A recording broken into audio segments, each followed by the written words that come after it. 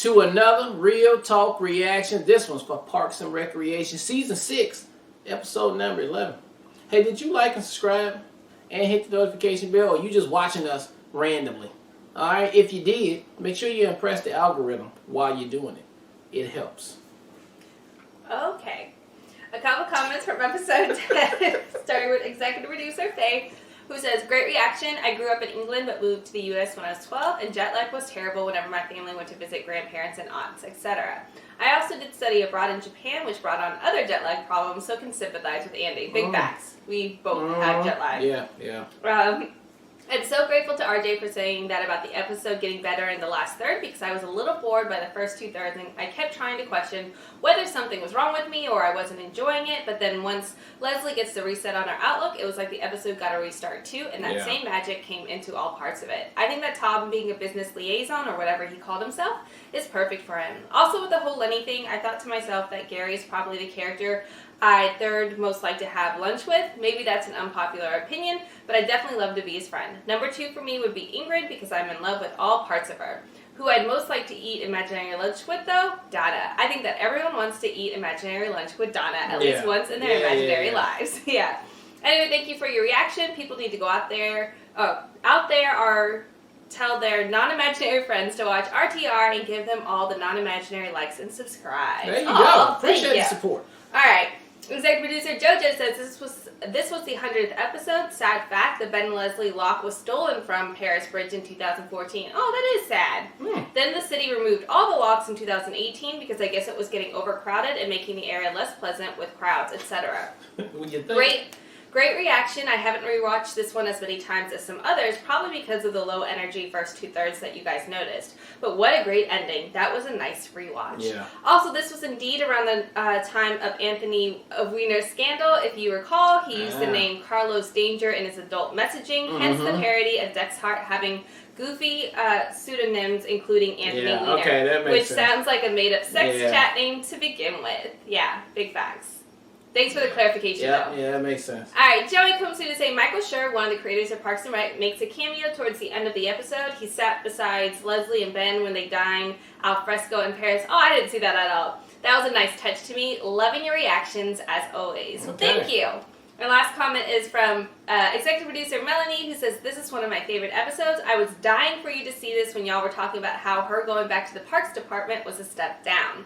It seems like you don't even care about your presentation. Au contraire, I'm working on it right now. And what's the most important part of a presentation? The presentation. Okay. Tom, you need hard data. You need facts to make your case. And you need 2 funny quotes and an inspirational one. You know, classic ha-ha. Meddling. Look, I think you need to take a page out of my system and chill out a bit, okay? I got this. Okay, fine, I trust you. But I think you're gonna fail and you're taking time bomb. What's that? Nothing, good luck. This is an elk hair. Yes, it's the most effective hair for binder security. You know that, Ron. If Tom gives that presentation, it's going to be a total disaster for both him and the department. I cannot sit idly by and watch this terrible thing happen. I can barely sit idly by and watch good things happen.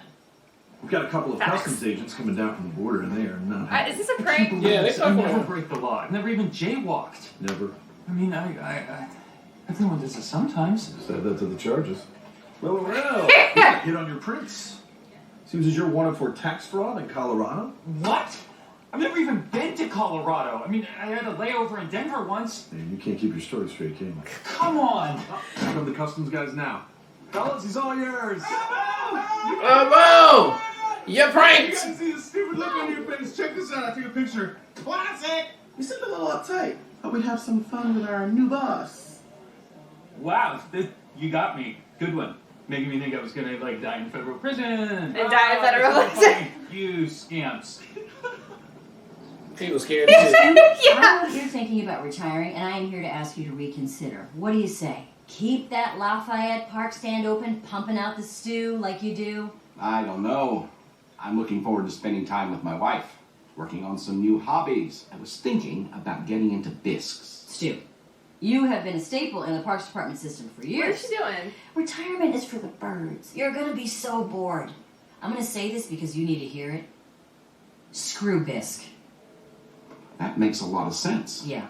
What now? What do I do? Well, we're going to need to convince the business council to keep you around, but that's not for you to worry about. I'll take care of it. You just keep on stewing what you stew. Thanks, Leslie. She's meddling. This calls for a toast. Susan, stew flutes, please. Ah, The fuck is that? To stew. Like soup or? Yeah. Oh my god, it's very hot. Congratulations, this is a beauty. If you Ain't like that it, the put one an time engraved working date on? on the inside. Yeah. That may be tough because we actually haven't discussed it yet. We could engrave 2014 or TBD. Hang on. If neither of us has ever thought. Presentation. I'm still doing my stew presentation, and we'll see which one. John, back-breaking labor, your clothes smelling like salt and gristle. Sure, profits are She minimal, got her shit but together, Sue babe. doesn't care about that. Maybe a year extension isn't enough. Maybe we should make it 5 years. Heck, why don't we give him a lifetime deal? I'd like to see Stu ladling out his pungent beef smoothies until we bury him under that shed. I think I've made a terrible mistake. Okay, that was bleak. Mr. That was bleak. Haverford, you have a presentation as well? Hey, rip it. There's nothing more American than lemonade. Just saying the word makes you want to drink some. And now you can. Check under your seats. Hey, has my name on it. Yes, it does. Classic for you, Carter. Darva, yours is a pink lemonade. I know you love that. Because I like pink. That's right. Now, who here likes laser shows? Summer foot traffic in Lafayette Park has increased 23%. The Indiana Brothers are the fastest growing beverage company in the Midwest. My projections show they can increase government revenue 30% over the next 5 years. Plus, they've agreed to waive their franchise fee. Look, guys, I'm sorry about all the new rules, but, I want you to like me, but I also really need you to respect me. I respect you, little buddy. Respect Noogie. We didn't prank you because we don't respect you. We did it because we love you. R-E-S-P-E-G-C. Well, that's actually not how respect is spelled. Yes. According to Urethra Franklin, that's exactly how it's spelled. Urethra Franklin. You're a good sport earlier. No hard feelings? Here's a little gift for you for believing in me. Oh. It's a gel-based hair serum. Enough with the mousse, for real. Okay. Enough with moves. Well, Ron, you were right. Tom has really grown up. You seem merely overjoyed instead of irritatingly ecstatic. Why? Well, Tom's come into his own. April runs animal I control. don't have nothing to do here anymore. Does this department even need me anymore? No, Oh, we it do doesn't. not. April and Tom started out as two of the most apathetic people I had ever met. That's why I hired them. Then you betrayed me and turned Made them into really efficient good. and caring government employees. This office can indeed function without you. And soon it'll have to. Was that a death threat? We both know you're not gonna... Hey, I thought we talked about this last episode. It's time for you to move on in better things, but I guess you gotta wait a little bit before she do it. And Ryan gave her great advice at the end that, look, it's done. You should be just proud that everybody that came up under you is doing exactly what you wanted them to do and being successful the way they can be successful. And now it is time for you to go be as successful as you want to be.